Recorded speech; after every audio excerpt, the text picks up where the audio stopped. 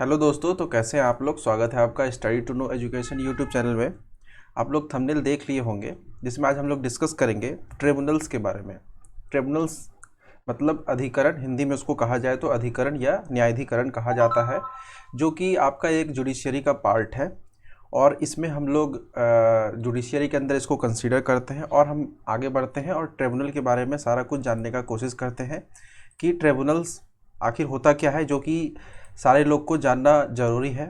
और ख़ास करके जो गवर्नमेंट एम्प्लॉय हैं या कोई अदर जगह कोई सर्विस सेक्टर में अगर काम कर रहे हैं, तो ये सब ट्रिब्यूनल्स के बारे में जानना उनको ज़रूरी है। तो आप लोग सेशन को एंजॉय कीजिए और अच्छा लगा तो लाइक शेयर एंड सब्सक्राइब कीजिए और आगे बढ़ते हैं, कंटिन्यू करते हैं। ठीक है, तो सबसे पहले अगर हम लोग बात करें ट्रिब्यूनल्स का, जैसा कि आप लोग यहाँ पे देख रहे हैं ट्रिब्यूनल्स, तो इसमें ट्रिब्यूनल्स का बता दिया गया कि इसको हम अधिकरण या न्यायाधिकरण कहते हैं। और अगर इसका पार्ट बात किया जाए कि वो किस पार्ट में है अपने संविधान में, तो ये आपका पार्ट 40 में आता है, 14 के ए में आता है। अब देखिए यहाँ पे कैपिटल ए है, इसका मतलब क्या है कि ये कंस्टिट्यूएंट अमेंडमेंट एक्ट आया होगा इसका, तब जाके ये अमेंड हुआ होगा। तो ये आपका कंस्टिट्यूएंट अमेंडमेंट एक्ट है 42, जिसमें आपका ये 14 का ए को ऐड किया गया। और इसमें आपका ये ईयर अगर बात किया जाए तो 1976 का है।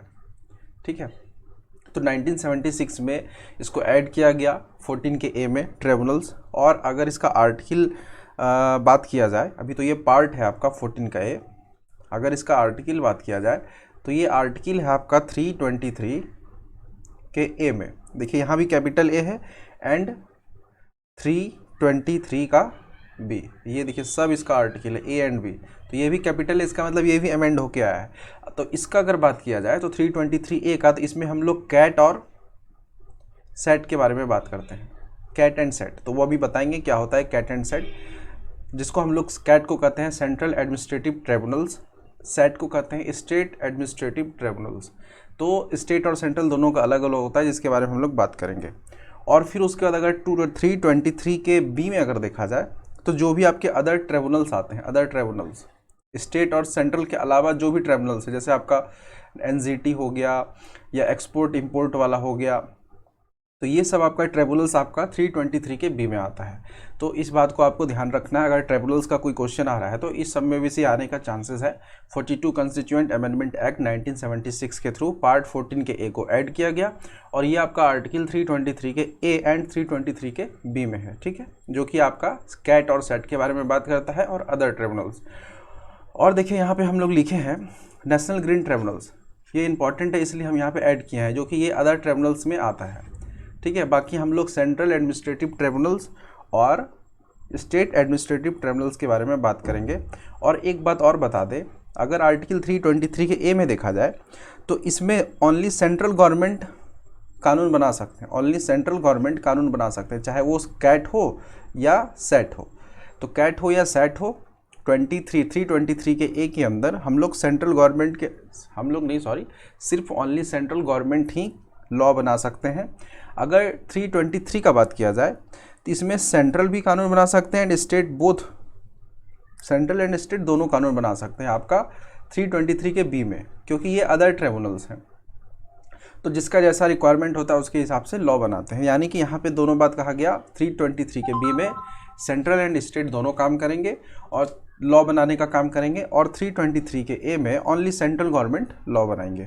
ठीक है, तो यहाँ पर कोई कन्फ्यूज़न नहीं रखना है, सारा कॉन्सेप्ट क्लियर रखना है, सारा कुछ इंटरेस्टिंग लगेगा और ये भी आप लोग को जानना ज़रूरी है। और एक चीज़ और बता दें, अगर ट्रिब्यूनल्स का बात करें तो इसमें जो कुछ मेंबर्स भी होते हैं, इसमें जो हम लोग बात करते हैं मेंबर के बारे में ट्रिब्यूनल्स में, तो इसमें दो टाइप के मेंबर होते हैं। एक होता है जुडिशियल मेंबर, एक होता है आपका एडमिनिस्ट्रेटिव मेंबर, जिसको हम लोग कहते हैं जो जैसे मान लीजिए नेशनल ग्रीन ट्रिब्यूनल का बात किया जाए, तो जो इन्वायरमेंट के फील्ड में एक्सपर्ट होगा तो उस फील्ड से स्पेशलाइज्ड को लिया जाएगा, जो कि एज ए एडमिनिस्ट्रेटिव मेंबर होंगे। और एक जुडिशियल कुछ मेंबर होंगे जो न्यायिक फैसला देखेंगे कि क्या ये डिसीजन सही है या नहीं। तो मेंबर का जो कम्बिनेशन होता है आपका ट्रिब्यूनल में, वो आपका जुडिशियल भी होता है और एडमिनिस्ट्रेटिव, दोनों मिक्स होता है। ठीक है, कुछ मेंबर एडमिनिस्ट्रेटिव के होंगे, कुछ जुडिशियल के होंगे। तो ये भी बता दिया गया आपको। तो ट्रिब्यूनल के बारे में आपको बेसिक नॉलेज पता चल गया कि क्या होता है ट्रिब्यूनल। और एक चीज़ और ये भी बता दें कि ट्रिब्यूनल्स जो है आपका, अगर हम एक सर्किल बना दें वेन डायग्राम, तो ये ट्रिब्यूनल है, तो ये जुडिशियरी के अंदर आता है ट्रिब्यूनल। इसका मतलब क्या है कि जुडिशरी में हम लोग सिविल भी केस देखते हैं और क्रिमिनल केस भी देखते हैं, बट यहाँ पे ट्रिब्यूनल में क्या है, सिविल केस ही देखा जाता है। ठीक है, तो इसका मतलब क्या है कि सारा ट्रिब्यूनल जुडिशरी होता है, बट सारा जुडिशरी ट्रिब्यूनल नहीं होता है। ठीक है, तो ट्रिब्यूनल में हम लोग ओनली सिविल केस देखते हैं, और सिविल केस में भी हम लोग देखेंगे सेंट्रल एडमिनिस्ट्रेटिव ट्रिब्यूनल में किस तरह का मैटर है, स्टेट एडमिनिस्ट्रेटिव ट्रिब्यूनल में किस तरह का मैटर है, वो सब सारा अभी देखेंगे। तो आपको बता दिया गया कि जुडिशरी के अंदर ट्रिब्यूनल आता है, न्यायाधिकरण या अधिकरण, ना कि ट्रिब्यूनल के अंदर जुडिशरी। बट इसीलिए इसको हम लोग क्या क्या कहते हैं, इसको देखिए दोनों अधिकार तो नहीं है, ट्रिब्यूनल को सिर्फ सिविल का अधिकार है, तो इसलिए हम लोग इसको क्वासी जुडिशियल बॉडी कहते हैं। ट्रिब्यूनल को हम लोग क्या कहते हैं, क्वासी जुडिशियल बॉडी। ये सिर्फ सिविल मामले पर सुनवाई करता है, और इसमें मेंबर आपको बता दिया गया कि कुछ जुडिशियल मेंबर होते हैं, कुछ एडमिनिस्ट्रेटिव मेंबर होते हैं, जिस फील्ड का ट्रिब्यूनल है उस फील्ड में स्पेशलिस्ट। ठीक है, तो ये बेसिक नॉलेज था आपका ट्रिब्यूनल्स का। अब हम लोग बात करते हैं नेक्स्ट स्लाइड में सेंट्रल एडमिनिस्ट्रेटिव ट्रिब्यूनल का। ठीक है, तो सेंट्रल एडमिनिस्ट्रेटिव ट्रिब्यूनल के बारे में बात करना हम लोग स्टार्ट करेंगे कैट के बारे में, जो कि आपको अभी तुरंत बता दिया गया 323 के ए में आता है। एक सेकेंड, 323 के ए में आता है, 323 के ए में आता है आपका कैट और सेट, कैट एंड सेट। तो हम लोग अभी कैट का बात करेंगे, सेंट्रल एडमिनिस्ट्रेटिव ट्रिब्यूनल। तो इसके सेटअप का अगर बात किया जाए, अब देखिए यहाँ पे ये भी ट्रिब्यूनल है, यानी कि कोई ना कोई ये फैसला ही लेगा, सिविल मामला का सुनवाई करेगा, बट यहाँ पे सेंट्रल है तो सेंट्रल से रिलेटेड कुछ होगा, और जब स्टेट का आएगा तो स्टेट से रिलेटेड कुछ बात करेंगे। तो अभी सेंट्रल का बात कर लेते हैं हम लोग। सेटअप जो इनका हुआ है वो 1985 में हुआ है, 1985 में इसका सेटअप हुआ है, और ये एक्ट आया था सेंट्रल एडमिनिस्ट्रेटिव ट्रिब्यूनल का 1985 में, उसी के अकॉर्डिंग ये सेटअप हुआ है 1985 में।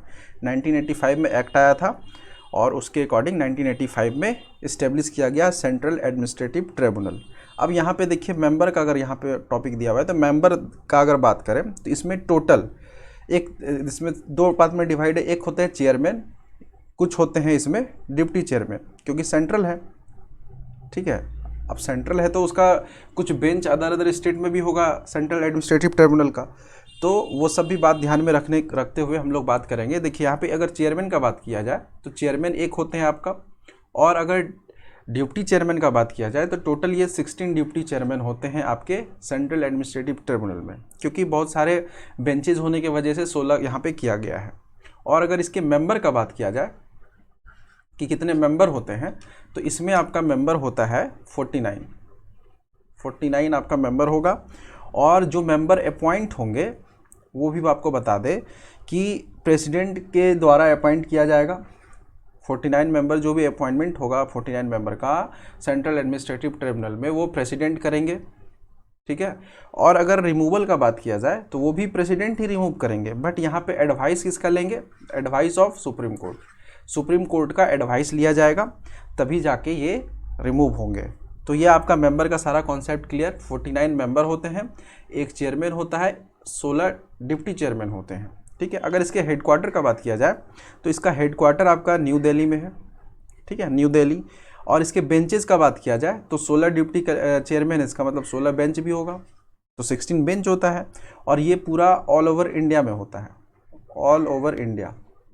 ठीक है, ऑल ओवर इंडिया में इसका बेंच है, और हेडक्वार्टर इसका न्यू दिल्ली में है। अगर हम रेजिग्नेशन का बात करें तो रेजिग्नेशन इसका किनको देना पड़ेगा, प्रेसिडेंट को। अपॉइंट भी प्रेसिडेंट करेंगे, रिमूव भी प्रेसिडेंट करेंगे, अगर कोई रिज़ाइन देना चाहता है तो वो भी प्रेसिडेंट को देगा। ठीक है, और आपका टेन्योर का बात किया जाए तो यहाँ पे दो कैटेगरी है टेन्योर का, चेयरमैन का एंड डिप्टी चेयरमैन का। ठीक है, अगर चेयरमैन का हम लोग बात करें, चेयरमैन का, तो ये 5 ईयर का टेन्योर होता है, या नहीं तो 65 ईयर वो एज अपना पूरा कर ले, या नहीं तो अगर आप डिप्टी चेयरमैन का बात करें, चेयरमैन एंड डिप्टी चेयरमैन का दोनों का यही है 5 ईयर या 65 ईयर।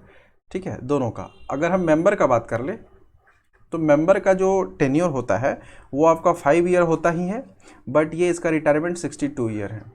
जो पहले पूरा कर ले, 5 ईयर पूरा हो जाए या 62 ईयर हो जाए, तो ये इसका टेन्योर होगा आपका, जो भी मेंबर काम करेंगे सेंट्रल एडमिनिस्ट्रेटिव ट्रिब्यूनल में।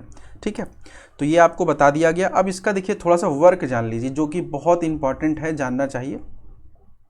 थोड़ा सा क्लीन कर लेते हैं। अब इसका देखिए वर्क क्या होता है। अगर हम लोग देखें वर्क,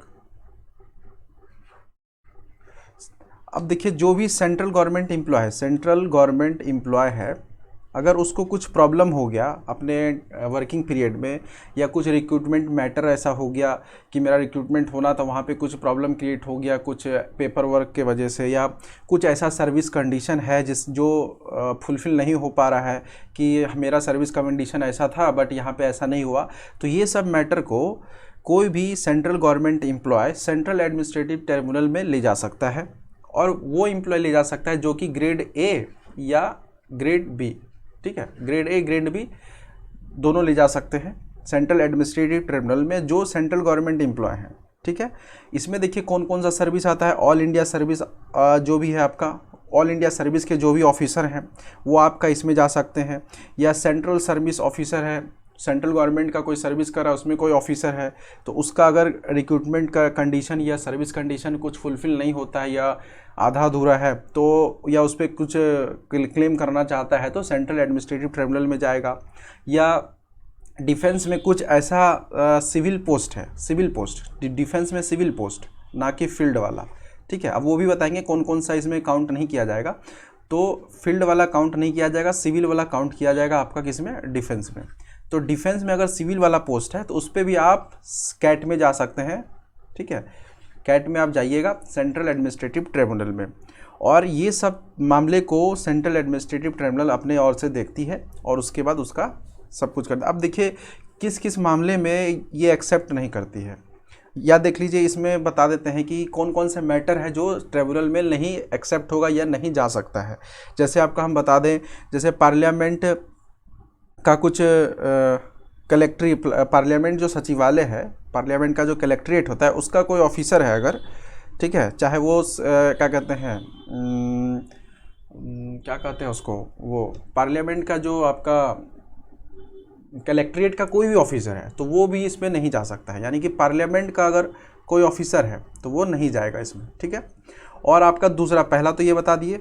दूसरा अगर देखिए, अगर डिफेंस में देखा जाए तो डिफेंस में जो भी सिविल पद है, सिविल पोस्ट है, उसको तो इंक्लूड होगा, बट उसके अलावा जो पोस्ट है, फील्ड वाला पोस्ट या कुछ मिलिट्री फोर्स ऐसा है जो फील्ड पे काम करता है, तो वो सब भी इसमें सेंट्रल एडमिनिस्ट्रेटिव ट्रिब्यूनल में एक्सेप्टेबल नहीं है।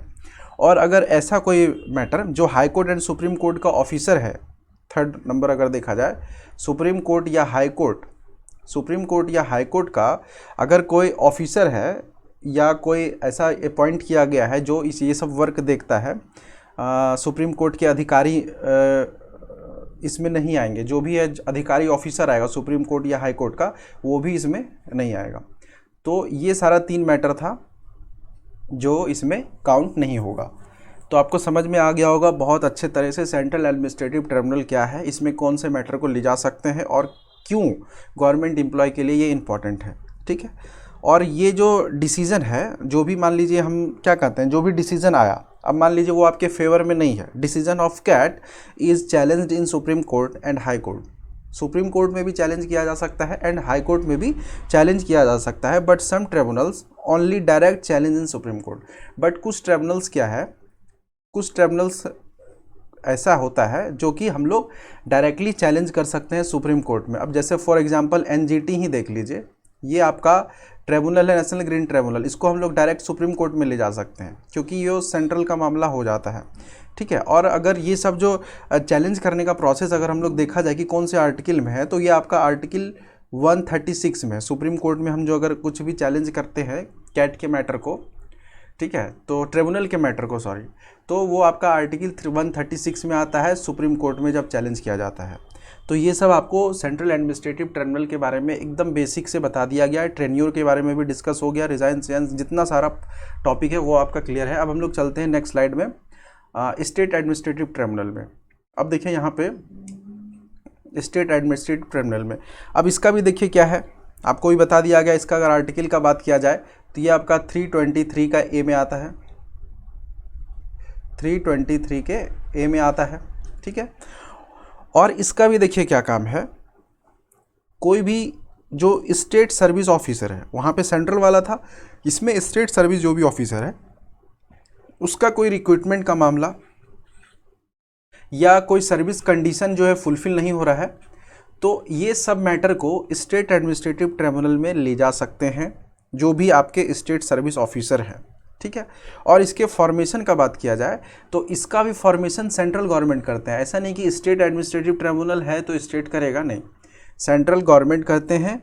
और ये जो सेंट्रल गवर्नमेंट करते हैं इस्टेब्लिशमेंट, ऐसा नहीं कि अपने मन से करते हैं, यहाँ पे स्टेट गवर्नमेंट का एडवाइस भी लिया जाता है, जो कि काफ़ी ज़्यादा इंपॉर्टेंट है, एडवाइस लिया जाता है। और इस ट्रिब्यूनल का भी इस्टेब्लिशमेंट अगर देखा जाए सेटअप, वो 1985 में ही हुआ है, ठीक है। जो भी एक्ट आया था ट्रिब्यूनल एक्ट 1985, उसके थ्रू, उसके अकॉर्डिंग एडमिनिस्ट्रेटिव ट्रिब्यूनल 1985 का इस्टेब्लिशमेंट हुआ है। और इसका फॉर्मेशन सेंट्रल गवर्नमेंट करती है स्टेट गवर्नमेंट के एडवाइस से। और आपका वर्क अगर इसका देखा जाए तो वही बता दिया गया कि रिक्रूटमेंट कंडीशन या सर्विस कंडीशन कुछ ऐसा फुलफिल नहीं हुआ तो वो आप मैटर को ले जा सकते हैं। अब इसमें कंडीशन भी वही है, स्टेट सिविल सर्विस का जो भी ऑफिसर है उसको हम लोग यहाँ पे एक्सेप्ट करेंगे, ठीक है। स्टेट सिविल सर्विस ऑफिसर जो होता है उसको एक्सेप्ट किया जाएगा, ठीक है। या स्टेट सर्विस कुछ ऐसा है जो भी सिविल सर्विस के अलावा जो भी और भी स्टेट का मैटर है वो एक्सेप्ट किया जाएगा, बट हाँ सिविल वाला होना चाहिए। तो और इसमें ग्रेड ए ग्रेड बी वाला भी आएगा, ठीक है। ए एंड बी, स्टेट में भी ए एंड बी होता है, ठीक है, सेंट्रल में भी होता है, रैंक होता है वो पोस्ट का। तो ये सब मैटर जो भी इस तरह का है, तो ये सिविल मैटर इस तरह का लिया जा सकता है स्टेट एडमिनिस्ट्रेटिव ट्रिब्यूनल में as a central administrative tribunal. जैसे सेंट्रल में था वैसे ही स्टेट में है, बट ये यहाँ पे चेंज हो गया स्टेट में, ठीक है। अगर यहाँ पे मेंबर का बात किया जाए तो मेंबर में तो आपका पता है चेयरमैन होते हैं और मेंबर होते हैं, यहाँ पे डिप्टी चेयरमैन नहीं होता है। और हाँ एक चीज़ ये बता दें कि ऐसा कोई ज़रूरी नहीं कि स्टेट एडमिनिस्ट्रेटिव ट्रिब्यूनल है तो वो हर एक स्टेट में होगा ही, ठीक है। वो डिपेंड करता है कि उस राज्य सरकार का परमिशन है या नहीं।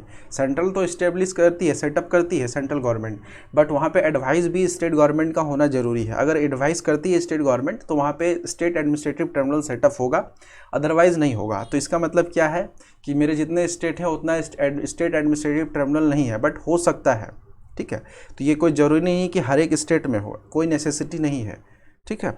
और यहाँ पे मेंबर का बात किया जाए, चेयरमैन होते हैं एक और कुछ मेंबर होते हैं जो कि आपको अपॉइंट किया जाता है। कौन करते हैं अपॉइंट? प्रेसिडेंट करते हैं आपके अपॉइंट, प्रेसिडेंट अपॉइंट करेंगे। और किसके एडवाइस से करेंगे? एडवाइस ऑफ गवर्नर, गवर्नर के एडवाइस से अपॉइंट करेंगे प्रेसिडेंट। और अगर रिमूवल का अगर बात किया जाए, हटाना है इसको, तो ये भी आपका प्रेसिडेंट हटाएंगे। बट यहाँ पे एडवाइस किसका लेंगे? ये आपका एडवाइस लेंगे सुप्रीम कोर्ट का। सुप्रीम कोर्ट का एडवाइस लेना पड़ेगा क्योंकि ये जुडिशियल में आता है ना ट्रिब्यूनल, तो सुप्रीम कोर्ट का एडवाइस लेना ज़रूरी है क्योंकि रिमूवल का प्रोसेस है, ठीक है। और उसके बाद अगर हम लोग बात करें स्टेट एडमिनिस्ट्रेटिव ट्रिब्यूनल का, तो सेट का जो फॉर्मेशन होता है वो भी आपका सेंट्रल गवर्नमेंट करती है, वो बता दिया गया। और स्टेट गवर्नमेंट के एडवाइस से होता है या कोई भी रिलेटेड स्टेट है उससे एडवाइस लेना ज़रूरी है। तो सारा आपको क्लियर हो गया स्टेट गवर्नमेंट के भी बारे में, स्टेट एडमिनिस्ट्रेटिव ट्रिब्यूनल के बारे में। अब हम लोग बात करते हैं थोड़ा सा नेशनल ग्रीन ट्रिब्यूनल के बारे में। ये भी एक टॉपिक है जो कि आपका ये एक अदर ट्रिब्यूनल में आता है और इम्पॉर्टेंट भी है, थोड़ा सा ये भी जान लीजिए, फ्रीक्वेंटली इससे क्वेश्चन आता है और कुछ क्वेश्चंस हैं, हो सकता है इससे अगर आ जाए तो आ जाए। और काफ़ी इन्वायरमेंट से रिलेटेड है तो ये डायनेमिक टॉपिक है, थोड़ा सा क्वेश्चन भी आ सकते हैं अगर कुछ ऐसा मैटर हुआ हो अपने इन्वायरमेंट में। तो देखिए सबसे पहले अगर हम लोग बात करें नेशनल ग्रीन ट्रिब्यूनल का, तो ये आपका डायरेक्टली चैलेंज किया जाएगा सुप्रीम कोर्ट में, जैसा कि थोड़ा देर पहले से ही बताते आ रहे हैं। और ये इसका सेटअप अगर देखा जाए तो सेटअप इसका कब हुआ है? 2010 में, 2010 में इसका सेटअप हुआ है। और ये जो सेटअप हुआ है, एनजीटी एक्ट आया था एक, एनजीटी एक्ट 2010 में एक एनजीटी एक्ट आया था, उसके अकॉर्डिंग इसका सेटअप हुआ है, ठीक है। अब हम लोग बात कर लेते हैं थोड़ा सा ये काम क्या करता है, इसका वर्क क्या है, तो ये भी इसका वर्क बता देते हैं। ये अदर ट्रिब्यूनल है, ना स्टेट में है ना सेंट्रल में है। इसका वर्क है कि जो भी इन्वायरमेंटल रिलेटेड इशू है या मैटर है या कुछ ऐसा हो गया कि कुछ चेंजेस लाना था, यहाँ पे कुछ स्टेप लेना है या कुछ डिजास्टर आ गया, तो ये सब मैटर पे नेशनल ग्रीन ट्रिब्यूनल स्टेप लेती है और ये सारे मैटर को देखती है, व्यू करती है, ठीक है। और इसका हेडक्वार्टर का अगर बात किया जाए तो हेडक्वार्टर इसका कहाँ है, न्यू दिल्ली में, as a central administrative tribunal की तरह।